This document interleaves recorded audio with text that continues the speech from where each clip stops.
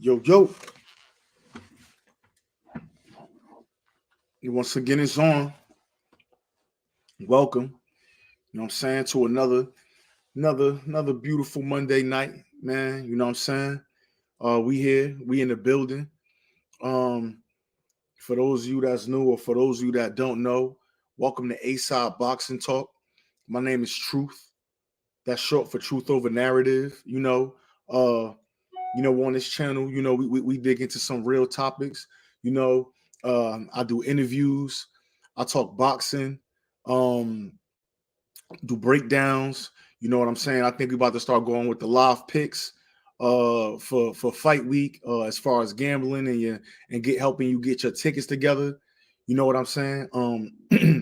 I feel like I ain't did one of these type of lives in a minute, where we just kind of, sit back, talk about a current topic that's going on in boxing, bust it up and just have some fun with it and see what everybody think. You know what I'm saying?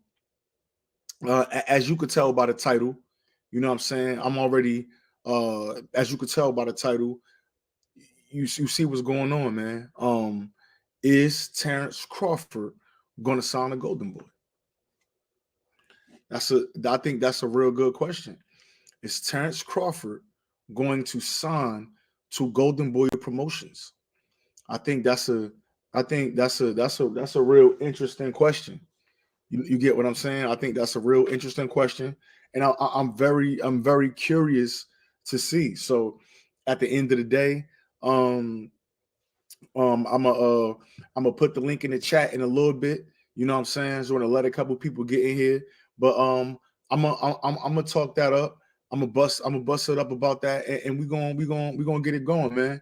Hey, man, if you come in the building, man, all I ask is that you maybe drop me a comment. You know what I mean? Maybe hit the like button. You know what I mean? If you ain't subscribed, go ahead and subscribe to your boy. You know what I mean? So that we could we could rock out and do this thing, man. So Saturday, you get what I'm saying? Saturday, I'm watching some fights, during the afternoon, and I see scrolling through my Instagram feed, and I see a picture of Oscar De La Hoya, Bernard Hopkins, and Terence Bud Crawford. You know what I'm saying? I'm looking at this picture and I'm confused because in my head I'm like, why would Terence Crawford be going to some? As a matter of fact, let me put the link in the description real quick so that that way when anybody come in, you know what I mean? If you could come in, bust it up, come chat with me, come chat with your boy, come say what's up. You know what I mean? I'll put the link in the description for anybody that wanna join me live. You know what I'm saying? So yeah, man. As I'm scrolling through Saturday afternoon, I'm looking at what happened with, or I'm looking through my Instagram feed. I see a picture with Oscar De La Hoya. I see Terence Crawford in the middle, and I see Bernard Hopkins on the side, right?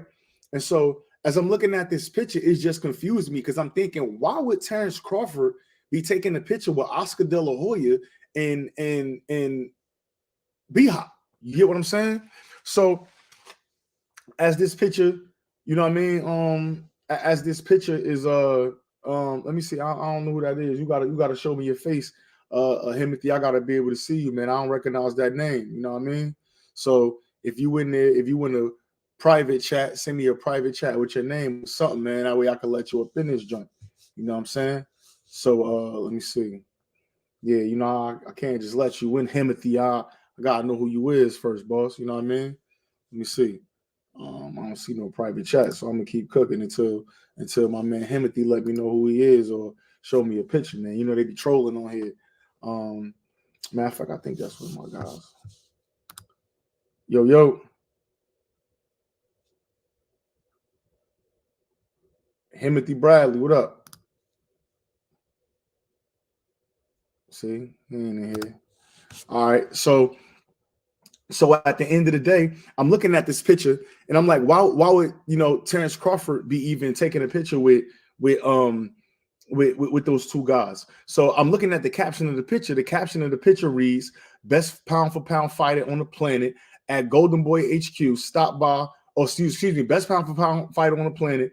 Stopped by Golden Boy headquarters this morning. My partner B Hop and I are making big moves. So then in my mind, I started thinking like, what kind of moves could Terence Crawford be making with Golden Boy? It just don't make sense to me. You know what I'm saying? And then obviously later on we get to see, well, we see Terence Crawford or we see Oscar De La Hoya and Bernard Hopkins saying that, you know, they want to do a couple fights with Terence Crawford. They want to offer him Alexis Rocha. Obviously, Alexis Rocha was the main event. He's number 3 in the WBO right now. I believe 1 and 2 was Boots and Virgil, but again, Boots is the interim champion for the IBF. Virgil is on route for the WBA championship. He got to fight April 29th against Stan Jonas. Let me see. Let me see my private chat. Let me see. Let me see. Let me see. What's good? Come on, bro. I'm trying to let you. I don't even hear nothing. Come on, Timothy. Playing games. Now we got to bounce you up out of here. What's up, man? There we go. We're going to ban him. It's all good. Yeah, so either way, this guy throwing me off, but it's all good. We're gonna keep it smoking. But either way, so my thing is like, I think at the end of the day, just seeing that picture kind of confirmed that maybe Terence Crawford is not looking to fight Errol Spence Jr. You get what I'm saying? I'm not gonna sit here and say a boxer is scared or a boxer don't want to fight or a boxer do want to fight. But in my personal opinion, I just don't understand why take such a long route and going that Golden Boy route. If you know Errol Spence is supposed to be fighting in April or May or whatever time he's supposed to fight, when do you expect to fight Alexis Rocha? When do you expect to fight Virgil Ortiz? I just don't get that, man. I feel like that move right there, if he come with that move, to me, that do everything, that just put the nail in the coffin for this fight. You know what I'm saying? I put the nail in the coffin. Again, like I said, hold on. There we go. I got my man Kyle. Kyle, what's good, my boy? Brody, what's popping? Chilling, man. What we talking about? What's the word? Man, you know we talking about, man, is Terence gonna sign the Golden Boy, man? So I saw that picture, bro. So how deep are they in the talks? Anything else was said about it? I mean, well, I put up in the I had put up on the Twitter. Hold on, shout out to my cousin RBZ, that's my guy. Yo, you know what I mean? Yeah, shout out to him. But, you know what I mean? But I put up the video with Bernard Hopkins right after the Bully fight, saying that they got it locked in that he gonna fight Alexis Rocha. He said, so they say they locking it. It's locked in. I mean, he didn't say it's locked in, but when they asked him, is that a fight that's gonna happen? He said yes. Then remember, right after, you know, Oscar came. My boy Brando, hey, what's good, Brando? Yo, Brando. Yeah. So let me see. My man said, "Dog gonna sign with them while he ain't try Showtime." You know the vibe. So, but we seen Bernard say that's a move that they looking to get into. You know what I'm saying? I don't know. You know what I mean? I don't know, man. That shit to me, that is a little crazy. But truthfully, you get what I'm saying, Kyle. I'm gonna spin this a whole different way. I think that personally, this is a plan to freeze Spence out. I know people ain't been looking at it like that, but I think that's exactly what it is, right? Let's just say, for example, if we get, I know people keep saying that, you know, this may be a 154 fight between Earl and Keith and all of that. But we've yet to see it. We don't know if it's going to be a 154 fight. We don't know what weight they fighting at. We just know that apparently they're supposed to be fighting. You get what I'm saying? So I look at it like this. You position Alexis Rocha to be the WBO mandatory, right? Now, you got Bud, who's the WBO champion. That's your first fight. That's the mandatory out the way. You got Virgil, that's fighting Stan Jonas for the WBA regular. Oh, that's, he said, let my burn in. Oh, all right. Trill, what's going on, man? Man, I couldn't use my phone, bro, so I had to hop on the iPad, man. What's good? Yeah, it was good. Yeah. Real quick, I'm saying that about this topic. I'm thinking that they really trying to freeze Earl Spence out, because what I'm saying is, if you got Virgil, that's going the WBA route, maybe they could wait a little bit, play some more games with Earl Spence, and then maybe he vacates.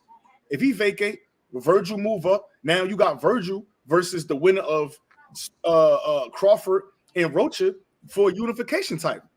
You know what I'm saying? Now we got 2 of the 4 belts over at Golden Boy, just like that. Or They can easily entice Boots or whoever the WBC champion is to come over for a unification bout.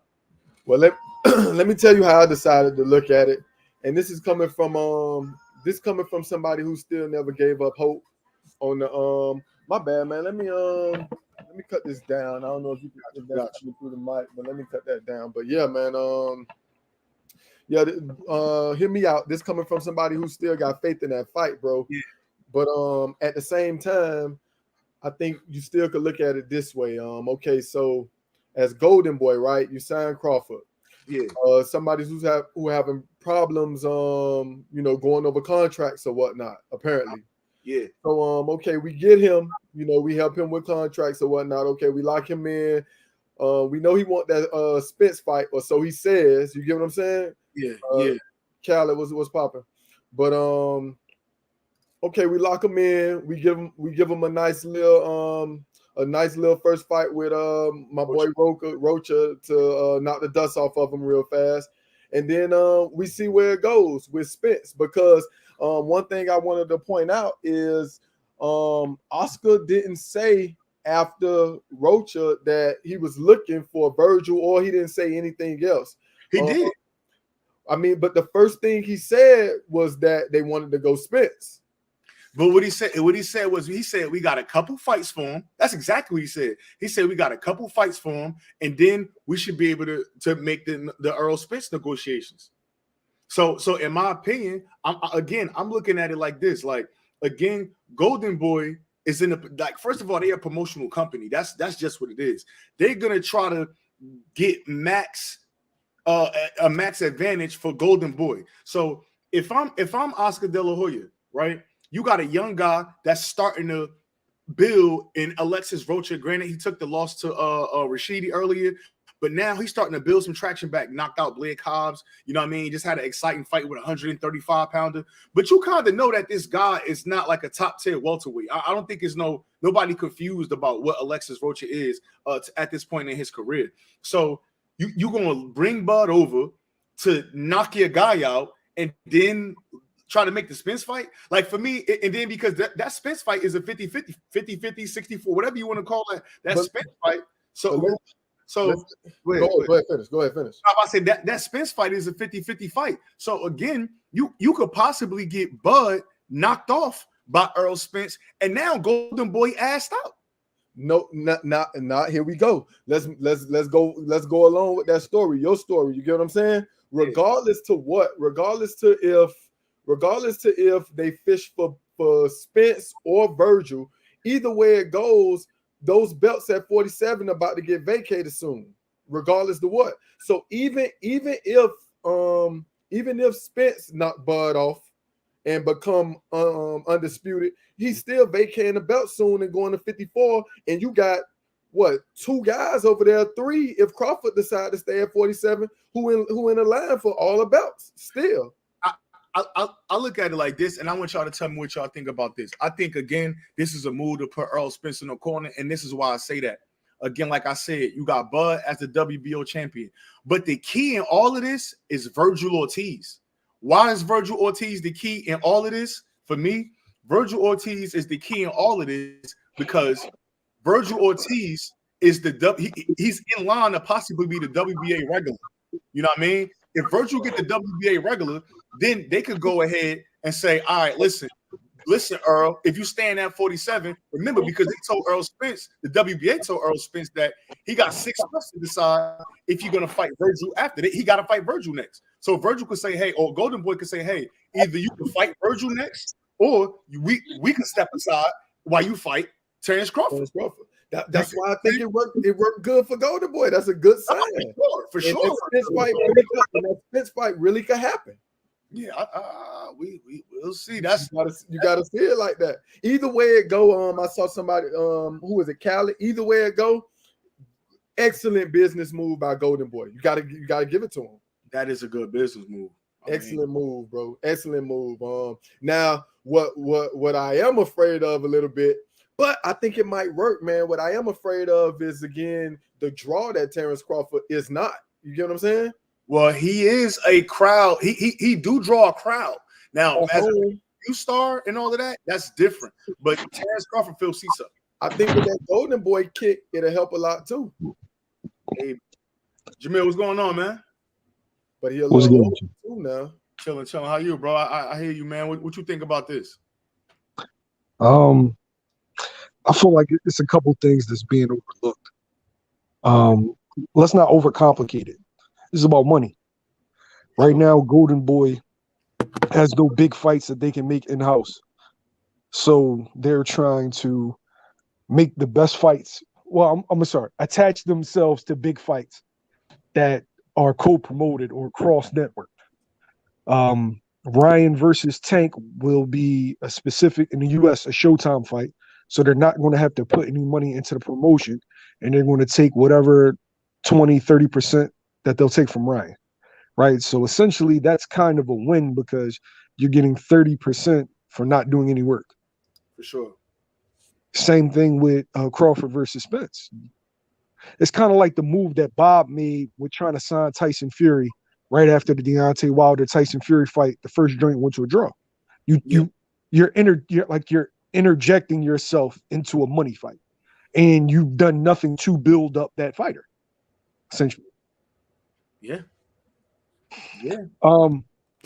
It's a good move for Golden Boy because it puts him back in the spotlight. But let's call a spade a spade. How does this make sense for Terence Crawford? It doesn't. Yeah, to me it don't at all. Anybody that's going to, like, you weren't even looking at Golden Boy. If you're a Crawford fan, you weren't even looking at Golden Boy before this, right? You weren't even looking at them as a major player or a major power in boxing, right? They were kind of like an afterthought ever since they lost Canelo. Yeah, they deserve natural little brother. Yeah, reality is, right? Everybody was looking at Crawford to sign with PBC or sign with Al Heyman, but word got out that he wants to be his own boss. He doesn't want to sign a multi-fight deal. Cool, you're entitled to that. You're your own man. You want to rock out. He told you he wanted Earl Spence, Jamel Charlo. Yeah. Correct? Yeah, that's what he said. For my man in the corner, is that correct? Correct. Correct, right? He's trolled Charlo. He's trolled Spence, right? He's actively called them out. That's the smoke that he wants. If you're going to sign a multi-fight deal and knows the fights you want, wouldn't it make sense to sign a multi-fight deal with Heyman? Yeah, I would think so. I definitely would think so. But again, I don't know, man. Like, it's hard to. This shit's sad, bro. I ain't gonna lie. Like, this is I just feel like the fans is getting robbed, bro. Like, yeah, it's disappointing. We all, bro. You know exactly. You know exactly what's going on, and you're being PR like I have to be a PR at times. We know exactly what's going on. Yeah, no, that's a fact. At 35 years old, if he makes this move, this essentially will show you that he's comfortable getting good paydays, solid paydays against guys he's guaranteed to beat. Yeah, that's crazy. That's a fact. What you think about that, Trill? Like, it's disappointing, but I mean, everybody knows what the end game is, man. If he's really thinking he's going to leverage himself to become a major factor in negotiations, him having the WBA regular, I don't think that's going to help, right? And honestly, I said this earlier on over the weekend, and people got mad at me for saying it. There's no guarantee he beats Virgil. I think Virgil's style is all bad for him. You know what I'm saying? But they actually got to fight, and Virgil got to get past Stanionis. So, but I honestly don't care for the Roker fight, but we know that's his man, though.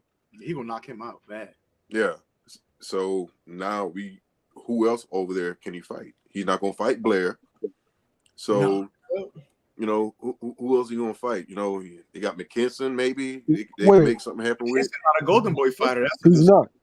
Yeah, so real fast, bro. It just really leaves Virgil. That's it. You don't think Terence Crawford fans will support him versus Blair? I'm asking. Of course. I mean, bro, I'm waiting to hear how he's a WBA champion. If I heard he Roker manages could be Thurman, to get that belt, I want to hear the narrative get spun, because when it's all said and done, I never diminish anybody's titles they win in the ring. You know what I'm saying? So, you know what I'm saying, you gotta give guys they respect, but a lot of people have these wishy-washy ways and love to move the goalposts whenever it comes to talking about these fighters, man. And it's like, bro, just keep it 100. You know what I'm saying? He said he didn't want the fight. He negotiated a contract, got everything he wanted, but he decided to go fight elsewhere. That was that man's exact words. And now he's pursuing what I've heard is going to be a 2-fight deal, even though he didn't want to fight more than one fight at a time with somebody. So I just got to see how this play out. You know what I'm saying? So I got another thing. What it is. I got another wrench I want to throw in there, and I think this is one of the key factors that we don't mention that much, but it's one of the main key points here, and that's age. We all nervous about this situation. Well, not nervous, but we all losing hope for that major fight, for that big fight, because throughout all this nonsense that go on with, you know, now Golden Boy want to sign him. Now we got to wait on a nothing ass fight in Rocha, and then we got to guess what the next fight gonna be, whether it's Virgil or Spence. The clock is still ticking. These guys are in their mid-30s now. You get what I'm saying? So especially with Crawford being a little older than Spence, we gonna run into that aged them out excuse. Yeah, that's what I don't want to happen. You know what I mean? Yeah, you know what's crazy? Will be tripping me out a little bit. Like, what happened to like the full transparency conversation? Like, you ready? And granted, let me say this. We saw Crawford take a picture. We didn't see him come out and say nothing. All the talking been from, you know, B-Hop and Oscar. So I'm gonna put that there. But what happened to like the full transparency? If the biggest fighter in the world, and Canelo Alvarez, wasn't getting full transparency over at Golden Boy and sue his way out, why do he think he gonna get something like wait. When you say full transparency, what exactly do you mean? I mean, remember that's the question you got to ask him. He was saying he wasn't able to books. He wasn't able to. He wasn't able to approve this or approve that. He couldn't see this. They wasn't trying to show him that. They was trying to do this and do that. Like I had an argument with a guy, right? Okay, and he was a fighter, and a lot of dudes mistake transparency with approval. Is two different things, right? By law, they're required to give you transparency, and you actually sign that paperwork, right? You sign the paperwork. The only things that's not on there, it says not available, live ticket gate, pay-per-view sales, but everything else is on there, right? Costs of everything, you know, sponsorships, all that. Everything else is on there, but those last two, that paperwork gets updated. I think a couple weeks after the fight, once all the numbers come in, right? So when they keep saying transparency, it wasn't transparency. He wanted to approve expenses. But see, that's the thing. It's not they. He said that. That's not they. Like, so now what you telling me is that if you your own boss and you such this shrewd businessman now, you don't even know the proper jargon that go with what you talking about. I don't want to be. No, I'm saying I don't want to be this dude. Have you ever read some of his tweets? Yeah. So what would you know what I'm saying? And I don't want to. If you read his tweets, then come on. Yeah. Let's keep it a bingo. And I don't want to be that guy, but yeah. So he wanted.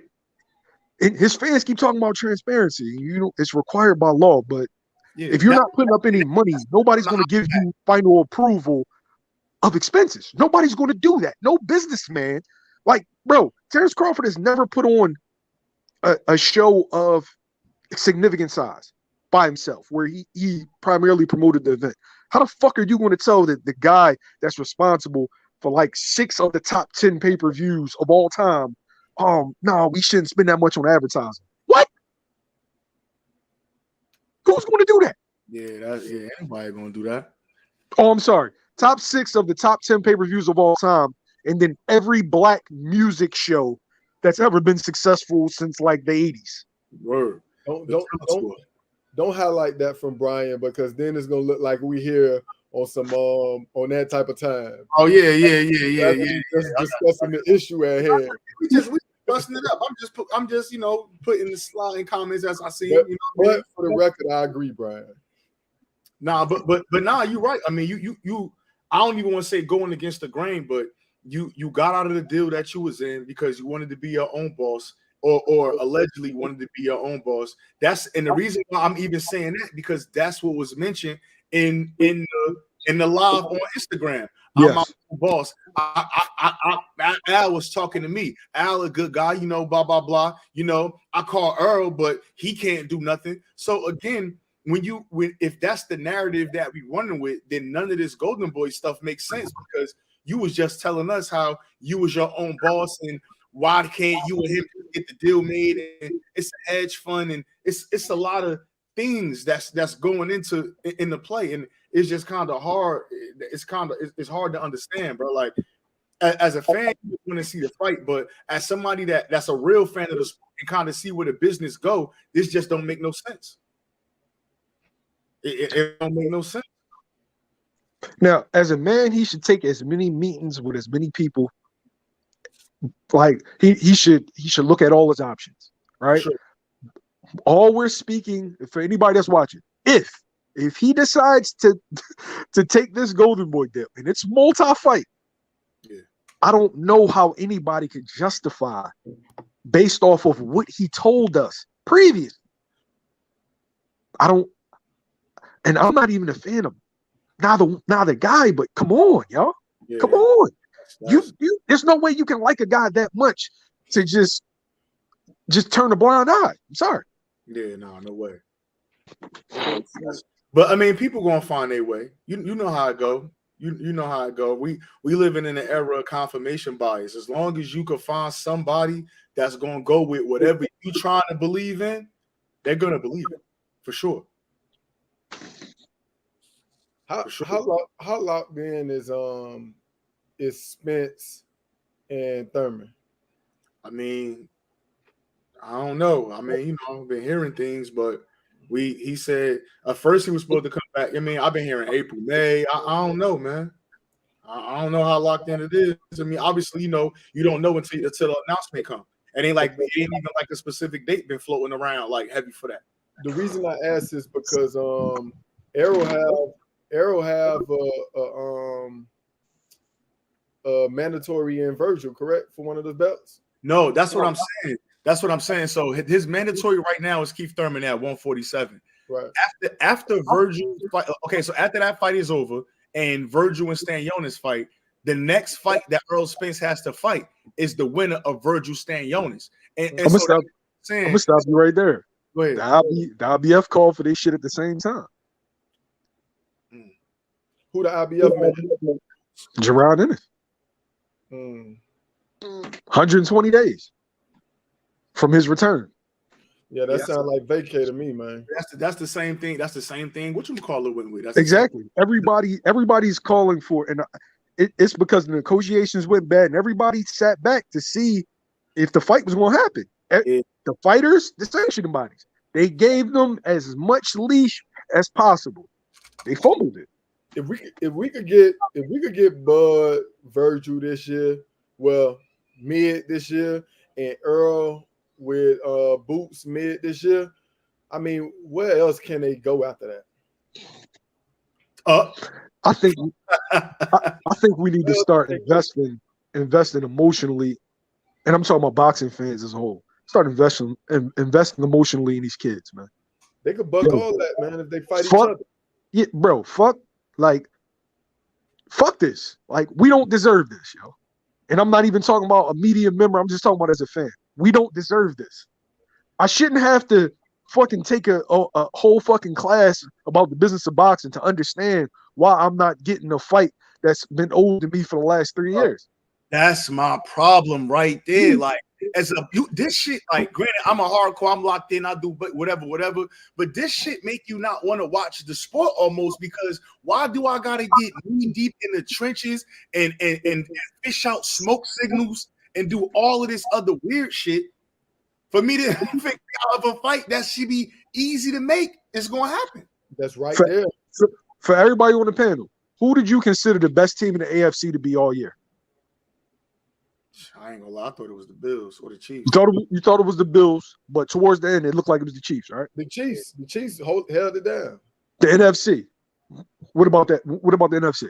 This is probably the most walk straight year. I see what you're saying. I ain't gonna say that. Okay. We don't speak about Philly on this. Well, Philly halfway through the season, you knew it was Philly. All right. Are they playing? Facts. We know. No negotiations. Like, no, oh man, well, I don't want the field to be 100 yards. It should be 90, since my ticket sales are higher than yours. They're playing. But see, YSM, great point. But that take us back to the one umbrella conversation now. And we'll never get there with boxing. It's too many hands in the pot. You're right, I agree with it. I love to see it, but we need that one umbrella. That's why boxing is where it is in America. But that's null and void, because it's only Terence Crawford is a free agent. It's only one umbrella. He don't got no network, do we? Unless I'm mistaken. But this is my thing. This is my issue with Crawford. If you put yourself in a situation for it to be one umbrella, why are you running under different umbrellas? What's the issue? What's the problem? So he almost make you want to say that he don't want to fight. He almost make you want to say it. Yo, I mean, I can only go by what somebody shows me. You're right, man. Hey, Brian and RBZ, man, I'm rolling with y'all, man. Yo, the reality is, there's been plenty of times where he's basically said that I'm a Hall of Famer. I don't need Errol Spence. Yeah, I feel like it's his fan base that is really driving that Earl, but he said on multiple occasions, I don't need him. Maybe he really feels that way. He doesn't. Maybe it's not fodder. Maybe he feels like he don't need Errol Spence, and I think he considers the other side the ops. Yeah, that's the only vibe. He showed that too. Great point. He showed that. I don't know what it is about them, bro, but he don't rock with them. Yeah, but this is the thing, though. What they ever did to you? Like, really? Man, it might be something behind the scenes why somebody was probably saying something about him that we don't know about or something, man. I mean, saying something about him. But think about that though. Let's say that make you want to put hands on him. But wait, let's say that's the case. What you gonna say worse than what Bernie the Boxer was on his channel saying about Al Heyman and about Earl Spence and a questioning people manhood? What you gonna say that's worse than that?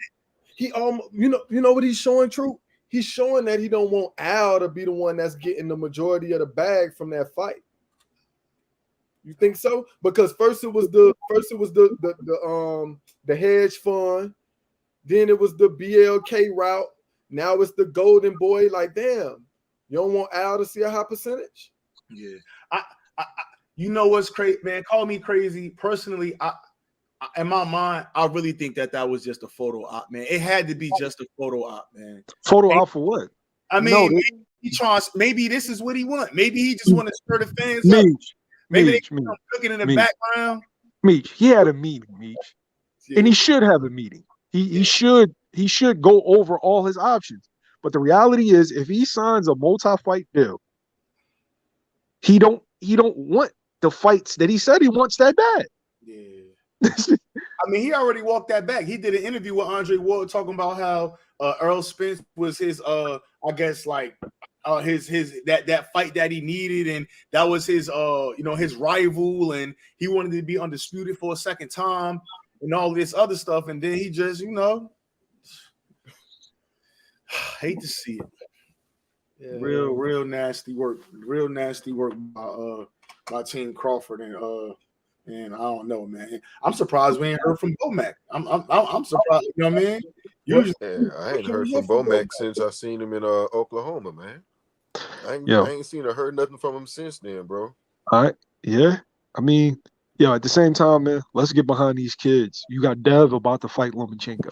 You got a lot of kids that are making moves as opposed to worrying about splits and who's this guy. It's like, bro, they almost our age. yeah. Hell, Crawford a year younger than I am, man. Shit, that made me feel old because he talking about he getting ready to lead the ring, man. But it's like it's just disappointing for such an exceptional talent. You're not giving us the generational fights. It's But like don't get me wrong, right? Now, when I'm saying generational fight, like we know these two are supposed to be the cream of the crop of the 147 division, but the fight is not happening. Why? Why? yeah, man, I don't know, man. And then it's like one of the biggest knock on Terence Crawford, or that even was said by his own promoter, is his ability to sell. And here you is like you doing a photo op with a company that don't even promote this demographic. You know what I'm saying? Like Golden Boy track record ain't been that good lately with black fighters. Let's be honest. Rashidi sat on the bench. Now they got Floyd Schofield. It's a fighter in my area, Lamont Roach Jr. That's fighting on there, but it seems like he fight once a year. Let's see what happened with that, because we got two fighters on under that same umbrella that's actively talking shit back and forth with each other, with Kid Austin and my boy Keyshawn. Keyshawn was on live earlier talking shit. Again. So what? Said, huh? You said that umbrella. What umbrella? The Golden Boy. Nah, No, Keyshawn. Keyshawn Mabah. No, Keyshawn is top ranked. Yeah, that's Yeah. they ain't about to fight either. Yeah, damn, that's another one we won't get then. I ain't going. Yo, I'm sorry. When did Kid Austin become a must-see dude that I should be mentioning him with Keyshawn? When the fuck did this happen? Man, he been talking shit. That's what he been talking about. Talking. Hey, Kid Austin been talking that shit. But don't get me wrong, it's a good thing, right? Because it's getting people to talk about you. But at the same time, as a realistic boxing fan, we're not gonna get these fights, man. Yo, bro, that's not even a fight. Look, you got one guy talking because another guy is established and another guy's popping, right? Yeah. He's talk like. Do you ever see the dudes?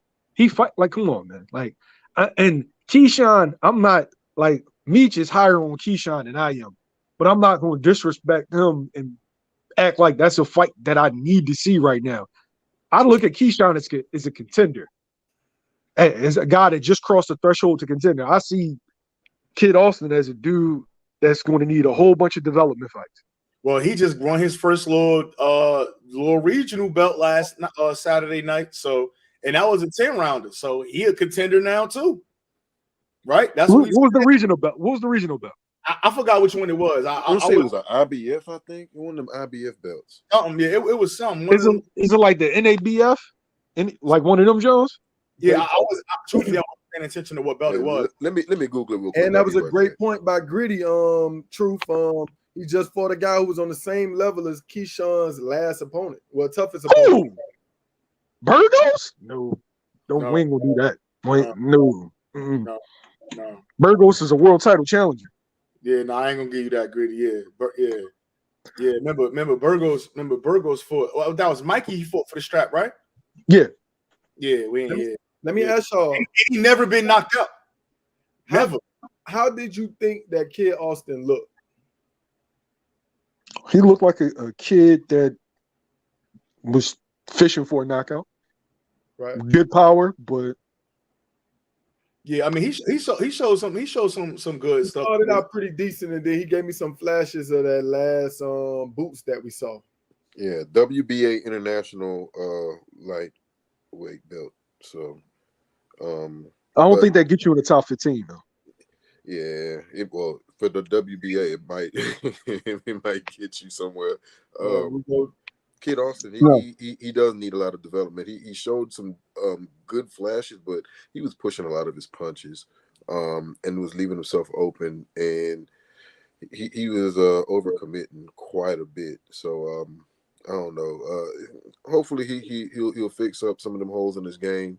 But yeah, he's nowhere near, maybe top 10 or top 15 to me right now in that division. He still needs a couple step up fights, 2-3 more. I'm gonna say it right now because I know Gritty in here. I know he's gonna feel away, but I think Keyshawn and Frank Martin a 50-50 fight right now. I don't. Me too. Opinion. I don't. I'm not. I think Keyshawn needs some development, but I do respect. I think he do. I do respect the level. I do respect the level of opponent that he's fighting. Like, all right. So one thing I noticed from Kid Austin, right? He's fighting a lot of dudes that fight at 126 and 130. That's a sign of a guy that's in his development stages. To where as though now they bringing up smaller guys with good records to build the narrative. But Kid Austin is a nice size 35. Right? So Keyshawn is fighting dudes with 30 plus fights, but only 2, 3, 4 losses. You know what I'm saying? But they've been fighting on world level for years. He said, Anthony Jones said, Martin, stop Keyshawn and ask him what? and ask him what? Chill. Go ahead, Watson. Crazy. I don't think it's 50-50. I would have to lean towards Frank right now, but I don't know, man. I'm not saying that is like, honestly, if I had to pick a winner in that fight, I'm gonna say Frank right now. But I think that's a great fight. I don't think Frank just gonna walk through him. I think Frank gonna have to. He gonna have to work. He's not Michelle Rivera, bro. He's not one of them guys. He should have stopped him. I agree. You say he should have stopped who? He should have stopped Michelle. I got Keyshawn, man. I got to go with Keyshawn, man. Keyshawn, look, he has way more athleticism than Frank, bro. Frank be in there looking like he have to consciously think about the shit that he doing. That shit come too natural for Keyshawn, bro. And the thing is, like, listen, like Keyshawn, he got a lot of experience also. Yes, it's amateur experience, but bro, at the end of the day, like he got experience too. Again, I'm not saying I would bet the house on Keyshawn over Frank right now, but I think that to say like after this fight, to say that after the Michelle Rivera fight, to say that Keyshawn that Frank is just levels above, I don't think so, right? I don't think so. I just knew that was gonna be the undercard for that Spence Bud, man. That's what I wanted. That was the co-main. I wanted that. We gotta. Somebody made a good point. You said all these top ranked fighters is always winning these mythical matchups. At the same time, Top Rank is so good with their matchmaking that we kind of overrate them because of their ability to put them against the right opponent at the right time. And then when they have they step ups, how many times Top Rank is good for dropping a nigga in a heartbeat. Hey, RBZ. Elvis Rodriguez versus Kenneth Sims. Keyshawn stops him. Keyshawn stops Michelle Rivera for sure. No doubt. For sure. He stops him. Probably faster than Frank stopped him. Frank can't stop him? I can't. Yeah, well, yeah. Yo, styles make fights, man. I can't say that. Man, this guy got one gear. Listen, YSM, I like Rivera because like Rivera, one of them guys, right? Like if you're doing like a boxing tutorial and you need a body to throw the punches for you, that's your guy, right? He got a very fluid 1-2. You know what I mean? He looked well. He can move a little bit. But again, when you talk about athleticism, Rivera is 24-1. He never showed me skill athleticism. He never showed me ability to be able to move and with a guy again. So I think that Rivera is good. I think he need to be fighting at 140 for sure. But I don't think at 135. I don't think that he. Again, I think Keyshawn is too. I think he's too athletic for him. Hey, what's up? What's good, Ari? Can you hear me? I'm just parking right now, but I heard you say that I had to jump in here, brother. I know what you can do. All right. So So this is Yeah, look, Ari. Keisha better. Oh, you breaking up, bro. You breaking up. Wait till you get settled, bro. Wait till you get settled and come back through. You breaking up crazy, bro. Yo, I just look at Top Rank is really, really good at matchmaking. And Elvis Rodriguez, I know you remember him. He was looking like the destroyer of worlds. He going there against Kid of Sims. He got washed. Yeah. Who's the kid? Guido? Wasn't Yeah. Guido like a silver medalist or something like that? Yeah, Yeah, Guido something like Vianello. Yeah. What happened? Cooked. I mean, did you think Guido was the goods? No, it don't got to do what I think, right? I'm saying Top Rank has the ability. Top Rank doesn't specialize in good matchups. PBC specializes in a bunch of 50-50 matchups. If you look at their if you go and they look at their welterweight, they're like welterweight saga. It was a bunch of matchups where you like, damn, I don't know who will win. Top Rank specializes in having one fighter, like one great fighter per weight class. And we consider that fighter just better than everybody because they just been destroying everybody. But the reality is they're fighting guys that they should beat.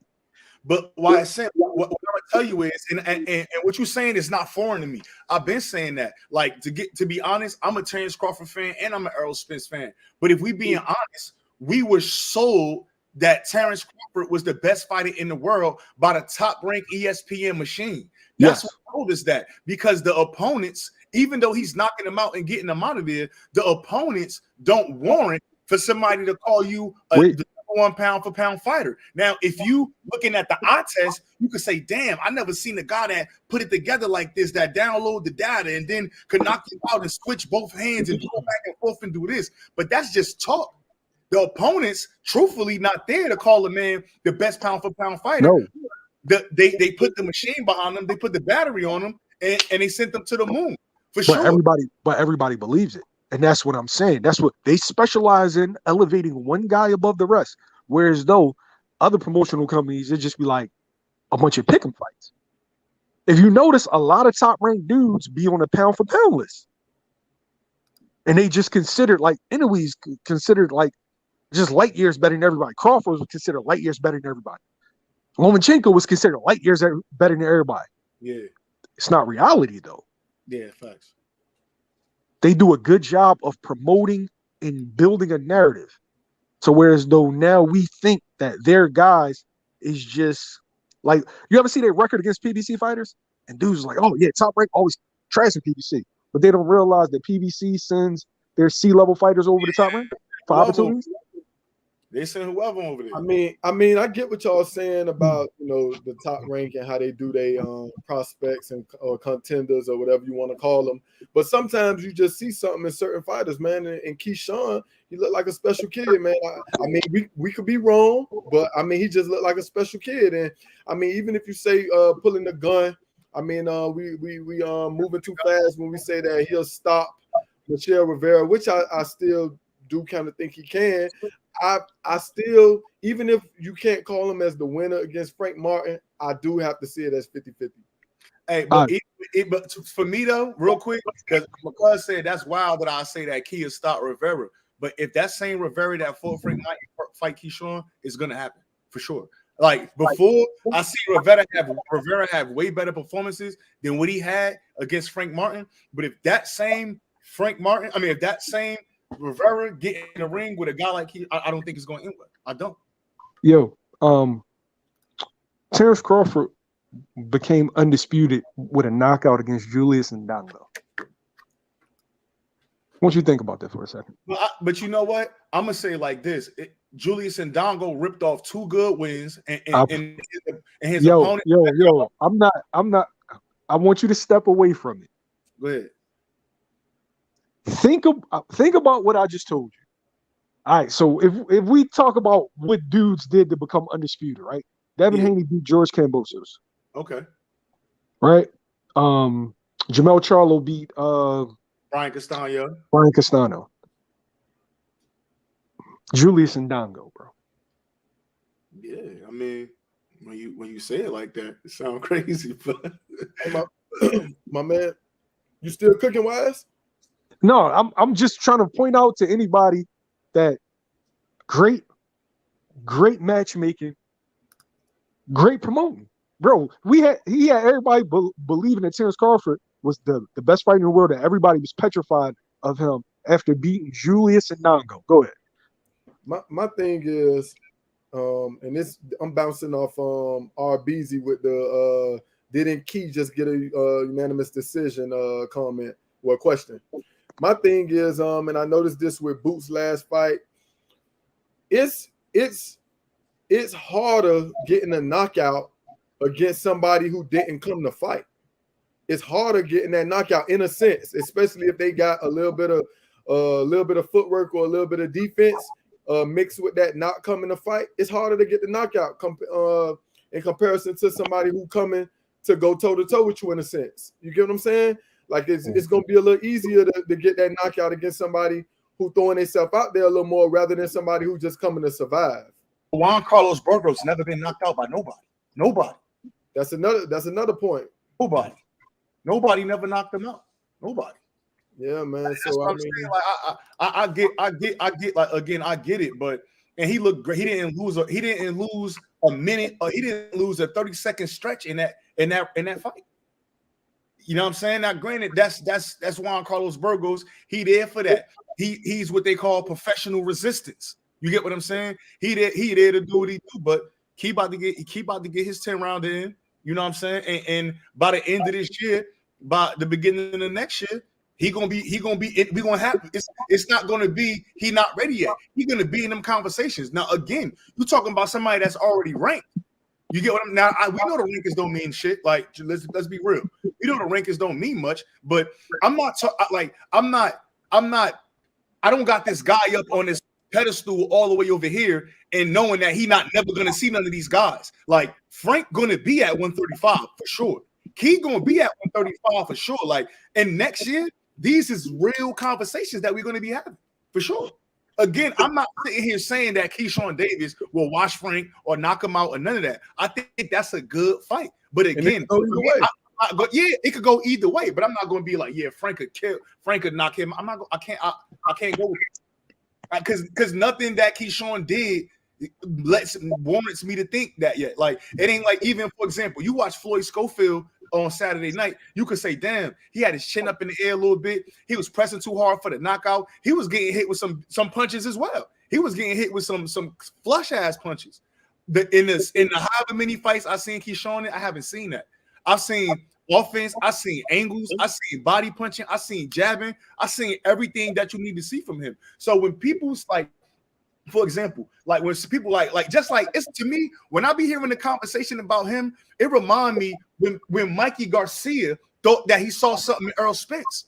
All he saw was a bag because he was out of the ring. Because what could you see in him that's going to make you say, oh, he's going to do this? What deficiencies has Keyshawn Davis showed for people to be like, oh, nah, he ain't that. Now, maybe you could say he ain't ready. I'm cool with that. I'm cool with that opinion. But to be like, oh, he ain't not. Come on, bro. He not. What he doing wrong? Like, what? Show me. If you could show me, I'll be like, damn, I ain't noticed that. But when I'm watching this guy, I'm grading this guy as tough as I'm grading any other fighter, prospect, whoever. And to me, he passing the test. You know what I'm saying? Like he passing the test. I feel like it's a combination of his ability and maybe the best matchmaker in the world, Brad Goodman. Shouts out to Brad. He's from Philly. Shouts out to Brad. Yeah, for sure.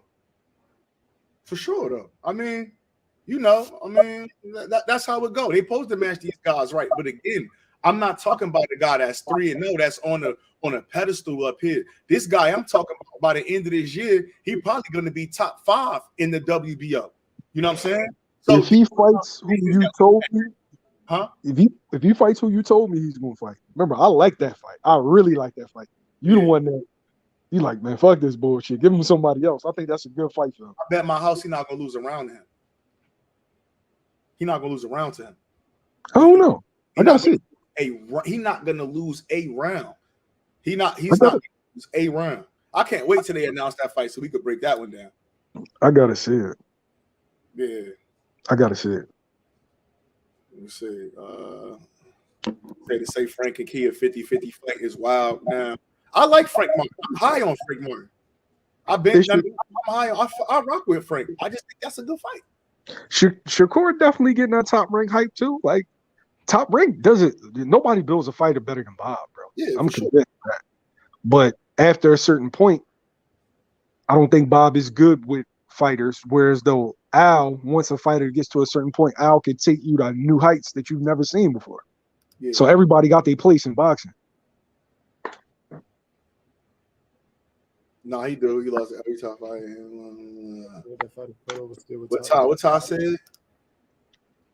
Oh, that's my man. Ty was popping, bro. Ty was good. Yeah. Oh, yeah. That's a good question. So come on, Brian, you bugging. Shakur getting hype too. I ain't saying he didn't deserve it, but he definitely get the hype. Hey, to quote Lord, Shakur is unbeatable. You better not even disrespect him to think about somebody even beating him, much less wanting to get in the ring and fight him because everybody ducks him. It's unbelievable. You said unbeatable? You know what I'm saying? That's kind of how they treat him. You got to remember, everybody's the new Floyd, or they're better than Floyd, right? And that's just the way Top Rank has marketed people.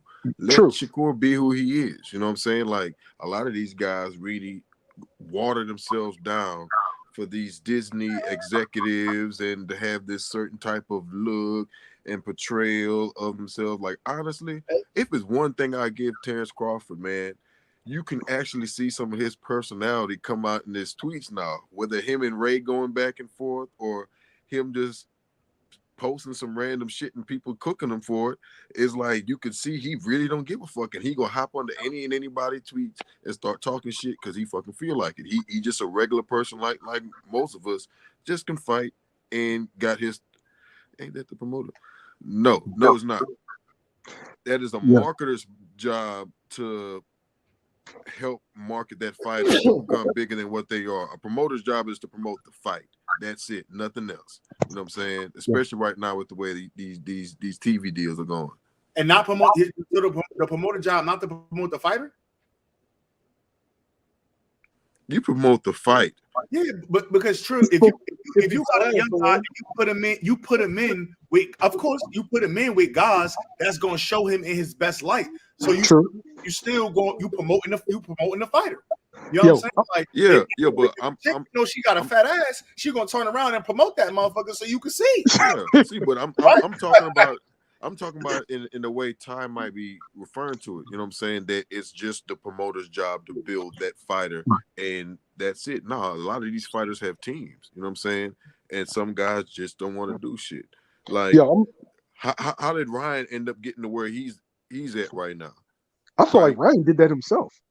Exactly, and his team. So he got his mom, he got his dad, he got all those people around him that helped guide his career up until where he is now.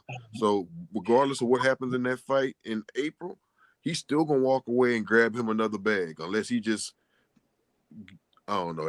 I can't think of anything he can really do to just fumble a bag like that. Bro, what's up? Ryan's on his way out, bro. Like, wait, hold on. What's up with Shakur? Like, bro, Shakur, yo, another guy. When I see Core, I'm trying to figure out what's the like what you look at when you see Shakur, like as far as like something that might not be right. I think maybe he could have had a little bit more power. Maybe okay. I mean, but y'all got the tendency. I'm gonna say this and I'm gonna go. Y'all got the tendency to. I'm not gonna say overrate him, but in every matchup that we consider an A-level matchup, dudes that love Shakur just automatically, Shakur. Bro, it's two young bulls that will get at him. I'm not sure if they beat him, and I'm not sure if he can beat them, but they'll definitely get at him. Tank Devin, right? I'm talking about Tank and Devin. Those are 50-50 fights. But dudes, Shakur fans act like, bro, it's just a foregone conclusion. Like, nah, bro. I think those 50-50 fights, bro. Like, I mean, that's why I don't know. Maybe I guess you got some dudes. It's the difference between a fan and a stan. You know what I mean? Like, I'm a fan of mostly a lot of these fighters. But again, I think that Shakur got certain advantages against those guys. I think those guys got certain advantages against Shakur. I think these is 50-50 fights. Now, if I say a fight is a 50-50 fight, and I say, hey, well, it's a 50-50 fight, I think this guy can win. I don't think nothing wrong with that, man. Yeah, I think a lot of them fights are 50-50 too. I really do. Like, I think people dislike Shakur because of how much he dominates the space and the people can't figure it out. You know what I'm saying? That's one of the most important things. And if you can't figure this shit out, you're going to fight his fight every time, right? Every single time. You can't really press him and get him to fight, off of his normal game. You know what I'm saying? He's going to stay composed and sit there and just pick you off every time you try to jump in on him. Shakur barely lose rounds against top level competition. I think he might have lost a round. And I think, what was that, like the 10th round? I want to say to Oscar Valdez, but he completely neutralized Oscar Valdez's left hook, which is his money punch. And so when people talk about, Core got hit with the right hand, he got hit with the right hand, it didn't matter because he wasn't worried about Oscar. He wasn't worried about Oscar right hand. So if I neutralize the punch, the only punch that you could knock people, and that's another thing, right? For example, right, and I'm gonna jump right into that. I'm gonna jump right into that real quick with the Tank conversation, right? People keep talking about this Ryan and Tank is 50-50 when this motherfucker got one punch. Ryan don't got no right hand. His chin in the air. His defense sloppy as hell. I seen Tago go 12. Listen, you're not about to tell me that he got a chance of beating Tank when I seen Tago go 12 rounds with him, bro. I can't, Jack. I cannot do that, bro. I can't. Come on, bro. Like, I don't understand it. Like, this dude got one punch. One punch. That's it. One punch, man. What he gonna walk? That shit gonna end just like Rolly. He gonna get counted into something and slept. And if I see the third row, his head gonna be in my lap. Paul. Ty, what up, though? What's up, man? Y'all ain't talking some bullshit. What bullshit I'm talking about? Because y'all hating on Shakur, nigga. I ain't hating on Shakur. That's my man. What you talking? Though, it's all about perspective, right? Cause I can say this though: Tank win every mythical matchup. Nah, but yo, Shakur, my man. I say that though, right? Am I lying? Some people would say that, but I rock with Tank, but Shakur's my guy. On some real shit, man. I just feel like, bro, I just listen to dudes, right? And I should be like, a bro will be like, I would never like a fighter who he signed with. That shit goofy to me, bro. Yeah, word. That shit goofy. It be like I like Shakur, I like whoever, bro. I don't know, man. I don't. The top ranked diet, the PBC diet, the Eddie Hearn diet. It's for everybody. What the fuck their job? That's how you build up. Niggas be wanting 20 and older, right? Into their job. Yeah, like niggas, they all. What about the Eddie Hearn diet though? He get you 20 bumps, get you 20 and up. Listen, man. What up, Ty? What up, A-Side? How you guys doing, man? Good, bro, what's good? Boys, man. I came to defend my Dominican brother, man, Michelle Rivera. Who? That's Ari on there? Yes, yeah, what's good, Ty? Bro, stop going to the boxing boys, bro. Yeah, dude, I think I'm done, bro. Because I think I spent all my energy, all my Crawford Spence energy, man. I'm done with it. They violated you. They violated you. No, it's just you know what it is. Ness's fan base. You know, they're very loyal to Terence Crawford, so you lost today. It's all good. No, I didn't lose today. He said I proved him wrong. He even said it himself. He said, "Oh yeah, Ari proved me wrong." Bro. He said Ari proved me wrong. All right, but here's what I'm gonna say about the Michelle Rivera versus Keyshawn. Mm-hmm.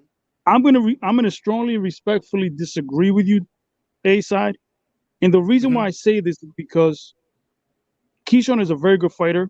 He's young, but he hasn't fought anyone that could fight back yet. You get what I'm saying? Yeah. Frank Martin is a very athletic fighter and is also southpaw, which gave Michelle Rivera a lot of problems. Now, we have never seen Michelle Rivera struggle with an orthodox fighter. You know what I'm saying? So I want to see Keyshawn fight somebody that could punch back. I want to see Keyshawn with somebody that could fight back. And then, because I feel like, in my personal opinion, I'm not comparing him to Rayo, but as of right now, like Rayo, he hadn't fought anyone that could fight back. When he fights somebody that could fight back, and we'll see if he could take a punch or how he handles it, then we could say, okay, you could put him up against this guy and he could beat him. But to say that he could beat Michelle Rivera right now, even coming off a loss, even coming off a loss that Michelle Rivera got outclassed by Frank Martin, I still will bet Michelle Rivera will beat Keyshawn Davis right now. You will have a bet in me. That's for sure. Say that again? I said you have a bet than me, that's for sure. Yeah, But I mean, I don't know about beat, man. First you got them coming off the loss, then you got them beating them. I mean, that I don't know, man. That just showed me, how much you got into how invested you are into Michelle Rivera, and I like Michelle, man. But I mean, again, like I say, we got to go off flashes. We got to go off what they've shown us, man. And I haven't seen more from Michelle than Keyshawn, man, as far as what they look like. And I mean, if you look at the only time Michelle was in quote battle tested, which was against Frank, he lost. And no, that's not true. Go look at his resume. Go look at Michelle's resume. I mean, he got Ladarius Miller on his resume. He got what's the boy that dropped him? And he knocked him out. John Fernandez. And then he got Jose Matias Romero, who had Pitbull looking foolish. If you go back and watch Jose Matias Romero versus Pitbull Cruz, I thought Pitbull Cruz lost that fight. That's just my opinion, right? And then if you look at the common opponent, Jerry Perez that he had with Frank Martin, you know what I'm saying? I haven't seen Michelle Rivera struggle with an orthodox fighter. Oh, he also has Joseph Adorno in there as well. So, I mean, that's just my opinion. I'm asking you a question, real shit, bro. And I ain't trying to be funny. Like I'm listening. No, real shit, bro. Your man last fight, he didn't even try to win against Frank Martin. What are you gonna do against someone like Keyshawn? Gonna try walking there and beat the shit out of him? I think. Listen, I'm not here to make excuses. Walking right down. But hear me out. Right down. But hear me out. I'm not here to make excuses for Rivera. Like I said, I agree he did get outclassed by Frank Martin. Completely got outclassed. He didn't make any adjustments. He kept going the same direction, right? Hold on. He kept going the same direction versus the southpaw, and he just kept getting hit, right? So, but I have never seen Michelle Rivera struggle versus an orthodox fighter. I asked you a question, Eric. I said, when he bring that heat, what your man going to do? Fight? He's going to bring that heat right back. How he's going to bring the heat right back. Up against Frank Martin. No, because you got to understand the Frank Martin style was just bad for him. Throw a punch. I'm telling you, bro. I don't care about that. They ain't that good then. If you can't adjust to a nigga stance, you ain't that good. Listen, I think Frank Martin's athletic abilities and being a southpaw just was a nightmare for Michelle Rivera. But like I said, I have never seen Michelle Rivera struggle like that versus an orthodox fighter. He just hasn't. You know what I'm saying? Keyshawn is good, man. Keyshawn is very good. Oh, my man. What we're saying is he hasn't really fought anybody that could fight back. Who has he fought that fought back? My man Anthony Jones in here hating. You putting them biased opinions on the screen. He hating. That's I just want to highlight the hate. He said he can't crack. If it wasn't for Ty and Anthony, they'll be calling us PBC fans. But good thing we got them two in here. He said top ranked man this time. He said he can't crack. I don't give a fuck who it is, bro. What you said, Ty? Like, I don't give a fuck who the promoter is, man. I don't be capping for them niggas, man. All them niggas. No, me neither. I like top ranked guys. I like the zone guys. I follow him, man. All of that shit. You know, I'm hit. Yeah. I'm always, you know what I mean? Yeah, I'm a fan of fighters. I ain't a fan of no damn promoters. You see, Ann already throwing Keyshawn away because he throwing Budrick away. Yeah, see, you know. You hear me? You can't do that. No, listen, Keyshawn. I think Keyshawn's a very good prospect. I think he's a very good prospect, but I haven't seen him against. He hasn't proven anything yet. How many fights he got? He got 10 fights yet? Nah. That's what I'm saying. He hasn't proven anything. He's like, and like I said, I don't want to compare them, but I feel like it was the same shit with Rayo. Rayo hadn't fucking fought nobody. He just hadn't fought nobody, and they were hyping him up to like, oh, he's gonna fight Tank. I was like who did he beat? And before the fight, the first thing I said, listen, Rayo, we're gonna find out he has a chin or not. Right before he fought De Los Santos, I was like, we're gonna find out if he has a chin or not, because this is the first guy that he's gonna fight. Is gonna fight back. So, we'll see. We'll see with Keyshawn, man. Listen, like you guys were saying earlier, Top Rank has great matchmakers, and they will, guide their fighters at the right step. So, we'll see. But, he's still got to prove it, man. Ain't every promotion company supposed to do the same thing, right? Say that again? Don't every promotion company supposed to do the same thing, right? Exactly. Yeah, they own her. But no, I think Top Rank is very good. But one thing, I'm asking a question. So why do you say shit like Top Rank die and everybody develop their fighters though? I never said no Top Rank die. I never said that. Well, I'm just saying. I just like you be like, come on, wow. If I want to invest in my fighter too, though. So I want to give him to a championship, give me a bag, right? So why No. put him? I've never Put said anything. him in with Jesus at the 10 fights, right?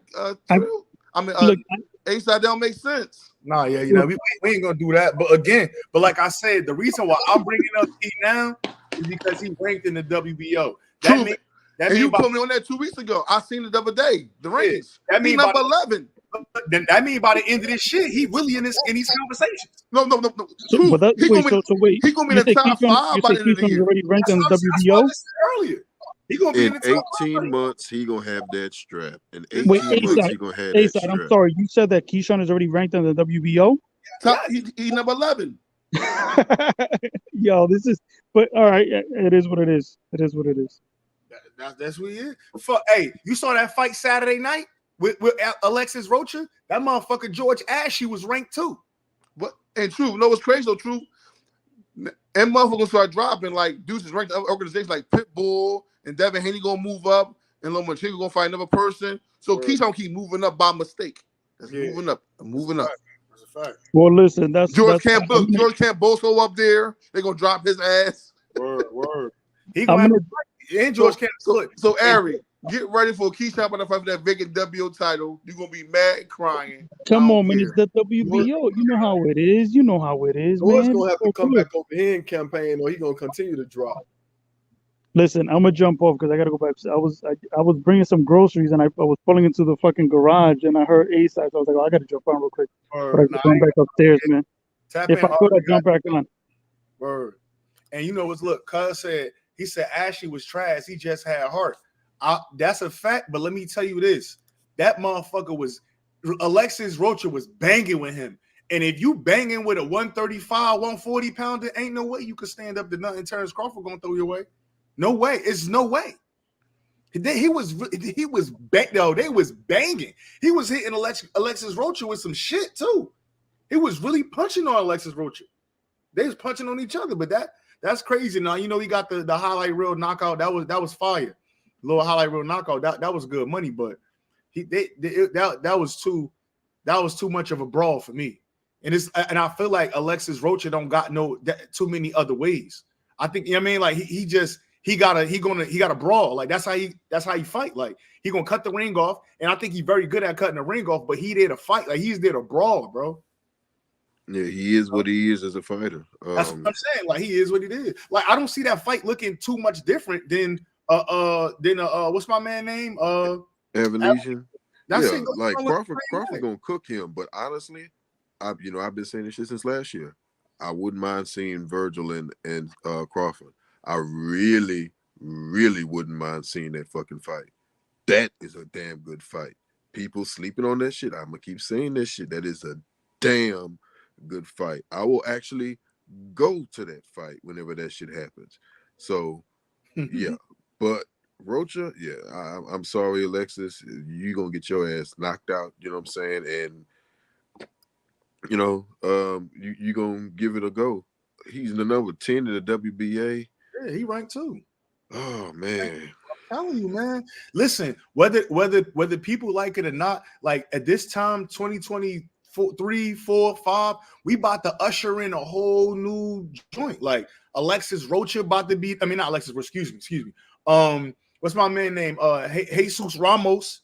He about to be in a lot of these conversations at 47 or 54, wherever he decide he finally going to campaign at. If he could still make 47, I know he moved up against Santa Maria, but it's a lot of these guys. Like it's time to make way. Like it's time to make way now. Like they all of this waiting shit after this. Listen, after this Devin and Lomachenko fight, 135 is wide open.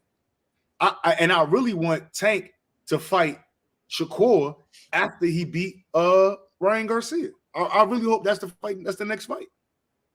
Either that or Frank Martin. Yeah, same here.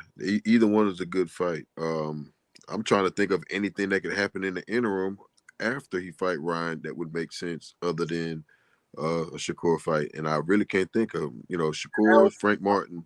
That's it. Because now look at this, right? And this is why I say this, right? When you start doing the math, this fight with Shakur is a final eliminator for the WBC. That means and then obviously Tank got the WBA regular world title, whatever you want to call it. after Devin fight Lomachenko in May, whatever happens with that, okay, he gonna move up to 140. Tank gonna be elevated to the WBA full champion. You know what I'm saying? And then Shakur next fight is gonna be against whoever is in the WBC rankings for the actual title. So we could get Shakur and Tank unified at 135 for a unit for the WBC WBA championship at 135. I think that's fire. Yeah, same here. That's well worth it. That's very much well worth it if they can make it happen, and I do believe they can make it happen because both sides have kind of hinted at the shit. Keyshawn, actually, that he will. Man, let me tell you something, man. Hey, what I seen Renee Alvarado box Williams Zepeda head off, Gritty. No, I like Williams Zepeda, but again, that last fight against JoJo, let me remind you, that last fight against JoJo was at damn near 140. I think they fought at 139. So for me, that's the same as when Fortuna came with Ryan. When you the smaller guy for real, and you asking to fight at 138, 139, and let me know that you're not in shape. It's no way JoJo's supposed to be. First of all, JoJo, technically, let's be real. JoJo not even supposed to be a lightweight, bro. JoJo is a 130-pounder at best. You get what I'm saying? It's no way. I think but either way, that's JoJo. I think Keyshawn will cook him. He will cook him, man. He will, man. Listen, again, all them throwing 100 punches around, that shit only work until it don't work no more. You can't do that with a guy like Keyshawn. He got it up here. Like this boxing shit second nature. But again, I think I would love to see the fight, but I think Zepeda will lose. But again, I'm not shitting on that fight. I think that's a fire fight. But I think that we'll be disappointed leaving the arena for that fight. Facts. But again, Gritty, Shakur was just trying to fight Zepeda, and Oscar came out and said that he want to build William Zepeda up some more, so that fight is a mega fight. So he ain't giving him the Keyshawn. Yeah, he ain't gonna. Yeah, you know what I mean. Well, maybe he might. Maybe. But you know, I think that's again, Golden Boy. You got to look at the landscape of Golden Boy. They just signed Floyd Schofield. They got William Zepeda there at 135. That's a fight they need to be building.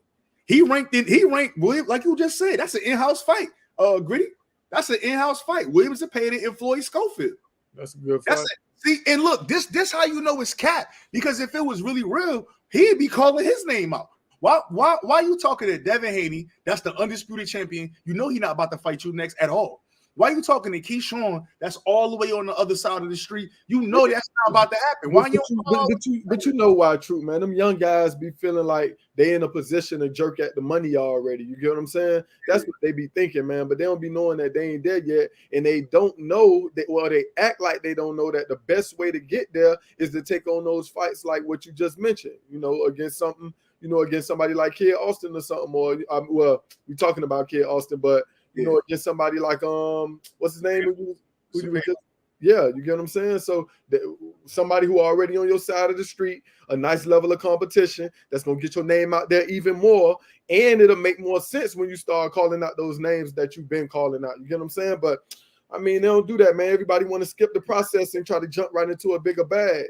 Yeah, look, there you go. Look, Joseph Santana. They almost make you think as if they're not that sure of themselves. Zepeda ranked number so this guy ranked number 10 in the WBA. Zepeda ranked number 3. He should be calling it. You should be calling him out. You should be. Exactly, Beezy. They got to embrace the grind, man. That's something they don't do. They see the other fighters who are already contenders or the big dogs already doing their thing, and they think that they already in that same driver's seat, man, and they not. No, but you can't. See, this is the problem, right, Kyle? I'm gonna put you on right now.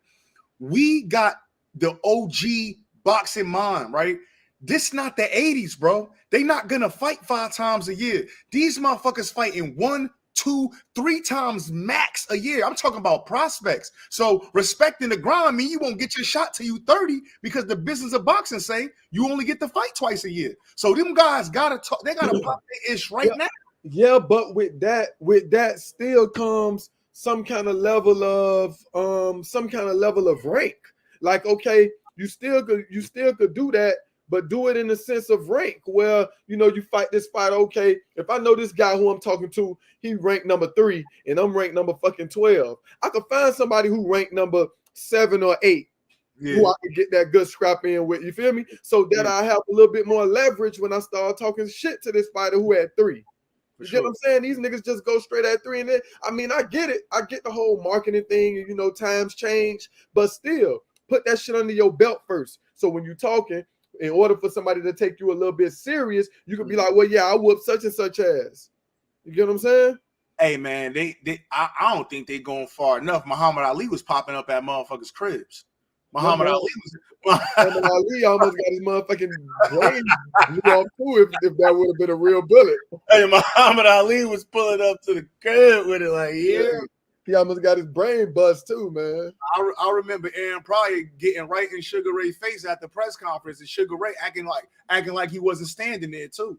Now I know it was promotional differences and all that other stuff, and you know Sugar Ray a GOAT, but again, sometimes you gotta pop it. You just gotta pop it because at the end of the day, what they gonna do if they not active and like, you know, sometimes you know what they say, your work can speak for itself. They not active enough for their work to speak for themselves. They not being promoted to the world. Ain't no more Wheaties commercials. They not shit. Ryan Garcia, the first dude I seen with a commercial in a minute, the little Hummer joint. I ain't seen commercials for fighters in a minute. So it's like, what you gonna do? You not getting no TV time.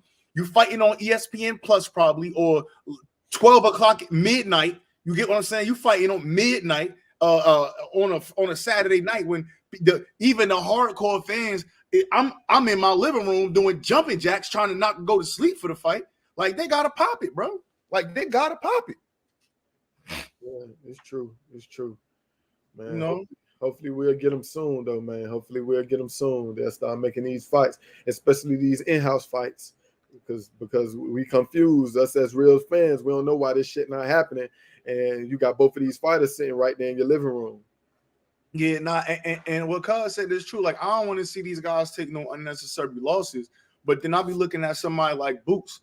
Boots in the 70s or in the 80s, he would have been on his second or third division by now. You got people like Wilfredo Benitez that won a chip at 17 years old. That's never happening again. The business of boxing says that will never happen again. You got dudes that was 2-3 division world champions by the time they was 22 and 23 years old. Mike Tyson was the heavyweight champion at 19 years old, bro. What was he, 19, right? I ain't tripping, right? 19, 20, he was the heavyweight champion of the world. Like, the business of boxing don't say that. Mind you, Mike Tyson only said a few words in the early stages, but he fought so often that he didn't have to talk because we was going to see him. And he was doing, Tank pretty much followed in that Mike Tyson module.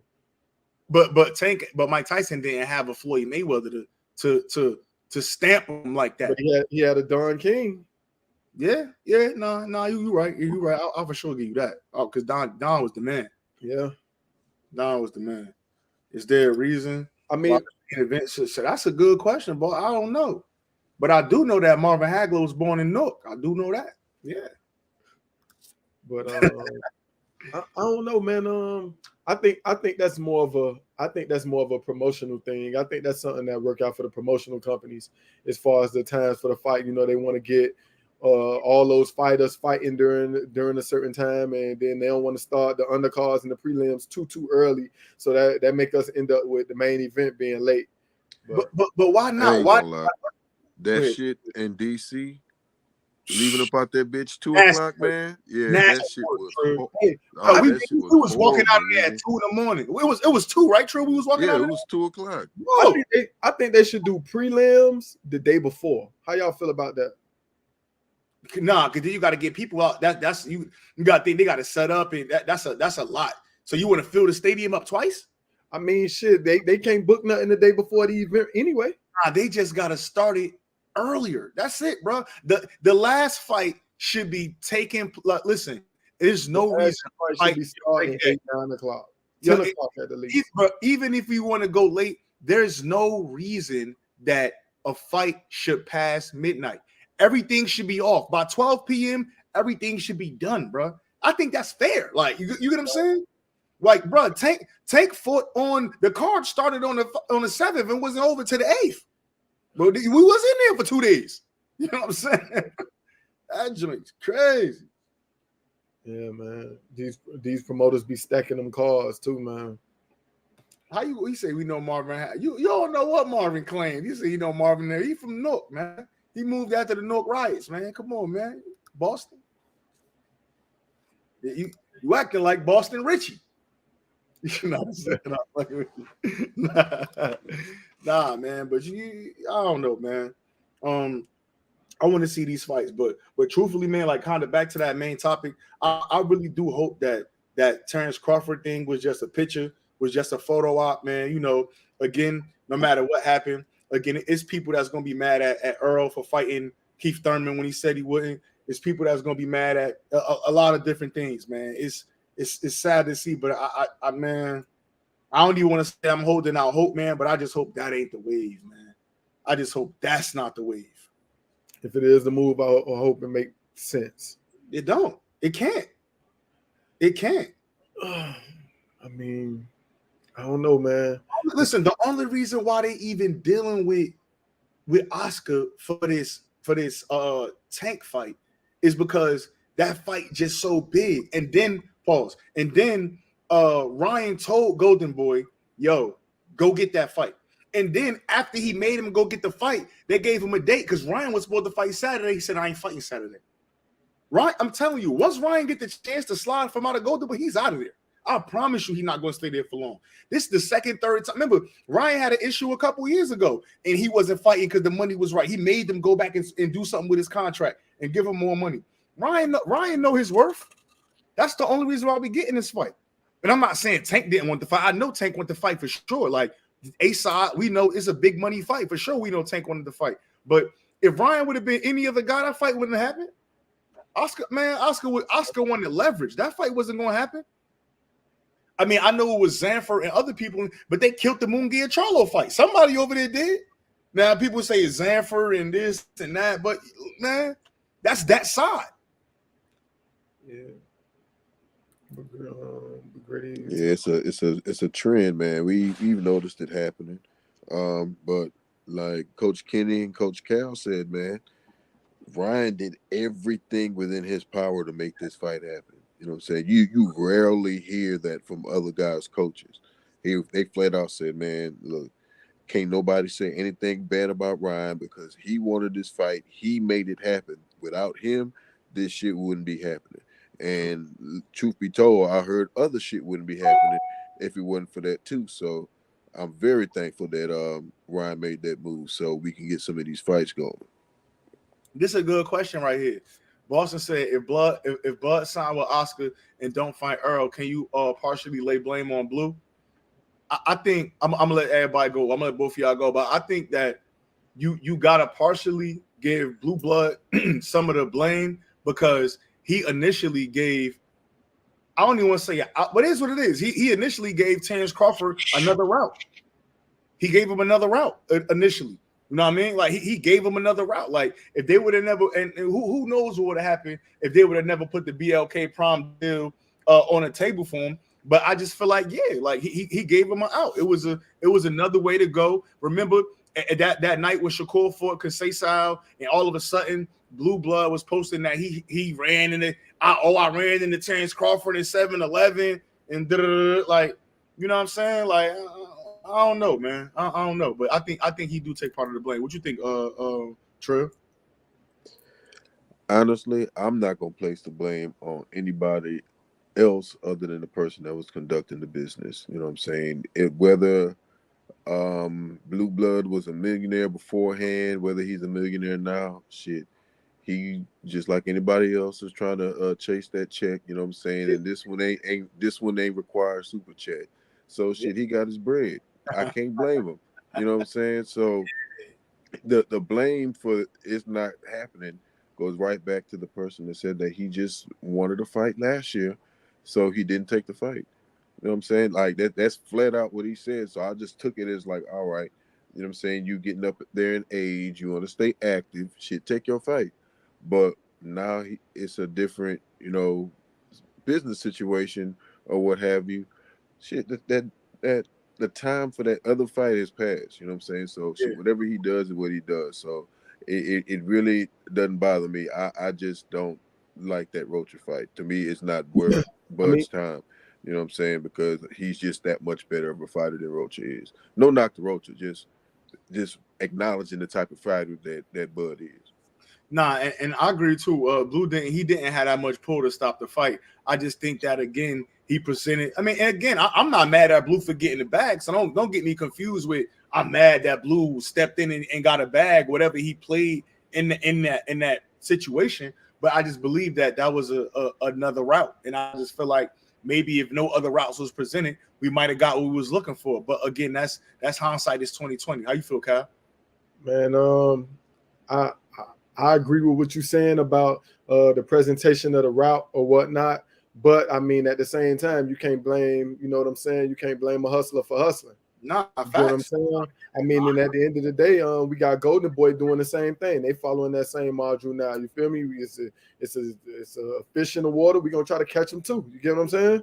And I would have did the same thing. I personally would have did the same thing. Yeah, especially if I know, like, okay, maybe if he do want that fight, now that give me a chance to stick my toe in those waters. You get what I'm saying? Same thing BLK was trying to do is the same thing that Golden Boy trying to do. They know that this man is lost. He may want that fight at any time. He may say, you know what, that's the only thing I want. And whoever got him at that time gonna be able to put their foot in that water. I don't blame either side. Well, nah, that makes sense. You know, man, hate to see it. Regardless of how much power Blue had, I was saying, regardless of how much power Blue had, the out was presented. Now, yeah, you know, I mean, man, but that's I nasty. mean, regardless of what, the out was only presented. It still had to be received. For sure. And Crawford is the one who received it. Yeah. Regardless of what, you get what I'm saying? He could have put them on the back burner. Like, man, look, man, yeah, I like that, but I got to go over here and handle this business first, and then I could get back up with y'all. It's a lot of other ways he could have went about it. At the end of the day, he was the one who had to make the decision. He was the one who had to pull the trigger. No, that's a big thing. He definitely was the one that had to pull the trigger. He pulled it in. I don't know, man. Part of me still feel like, I ain't going, but part of me feel like we still going. It's still there's much chance that we could get that joint, but maybe part of me just want to see it that bad. Part of me really just want that fight that bad to where it's like, you know what? I'm in that same boat, man. I think it's this much, though. I think it's a little bit more than what you think. I think we still gonna get it, man. I think after Rocha, it's gonna be Spence Bud. I hope so. And I wouldn't be mad at that. But it gotta be quick, because if Rocha just fought, he got a huge gash, so you know he's gonna get suspended by the commission. I'm sure it's probably up there right now that he's suspended by the commission in California. I don't know how many days it's gonna say, but I hope it don't say. Actually, that's a good question, man. Let me see. Days you get suspended for a cut? No, I'm about to look up Alexis Rocha and see. Yeah, I'm sure he is. Let me see. Well, he not. Let me see. I'm about to put it up here. Let me see something real quick. Shit.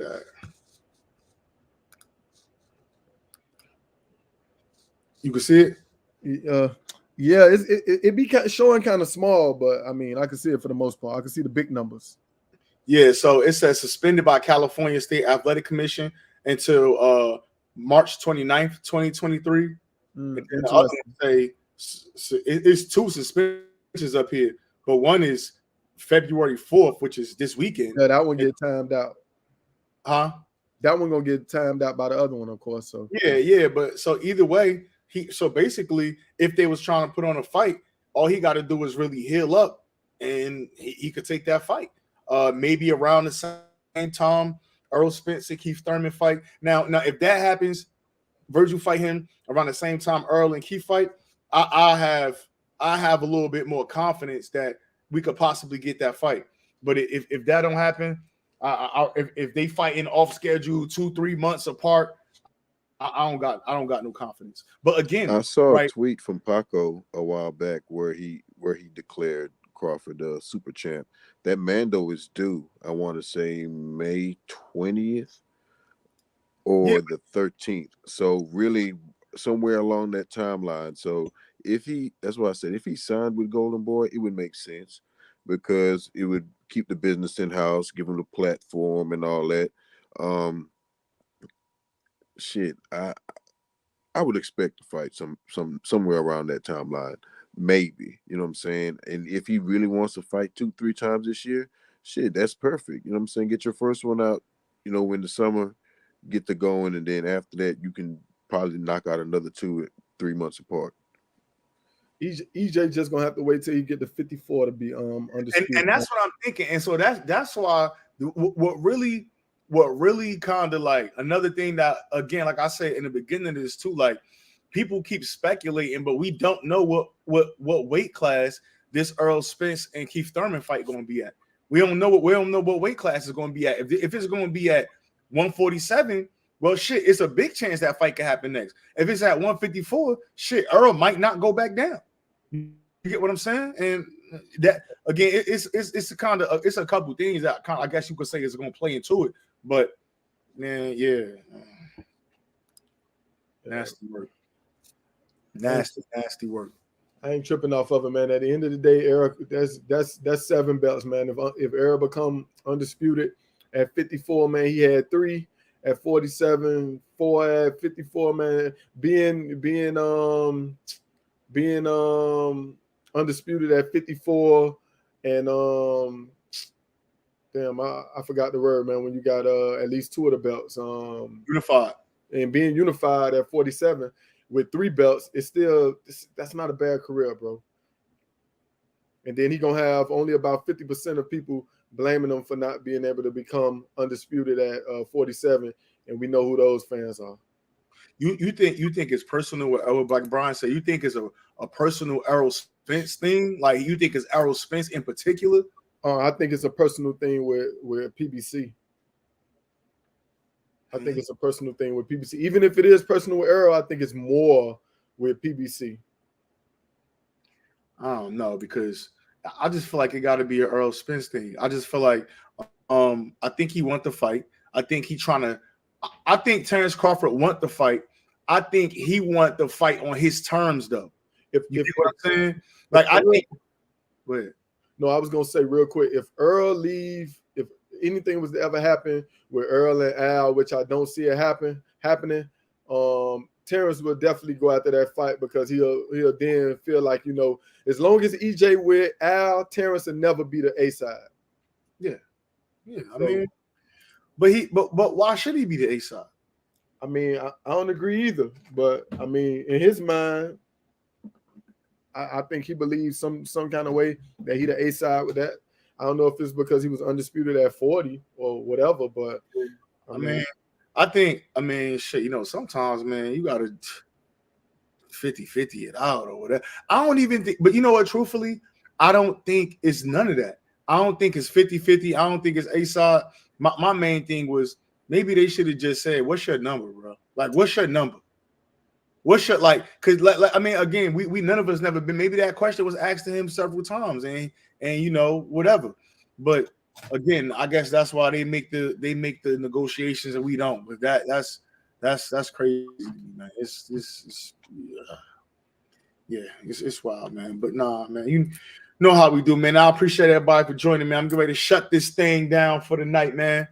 Probably end up coming back on here tomorrow, man. Get it popping again, man. See what other topics we could cover, man. I don't want to cover this joint because this is these mythical fights that ain't got no scheduled date to them, man. I don't really like doing those, man. But I definitely had to come on and talk about that picture, man, because that was hot stuff, man. Shout out to my man Gritty. Salute. Appreciate you, my boy. Peace, peace. Yo. Know the vibes, man. Hey, thanks. Hey, Trill, I appreciate you. Cal, I appreciate you jumping on, man. We're gonna do this joint again sometime soon. Anytime. Yes, sir. All right.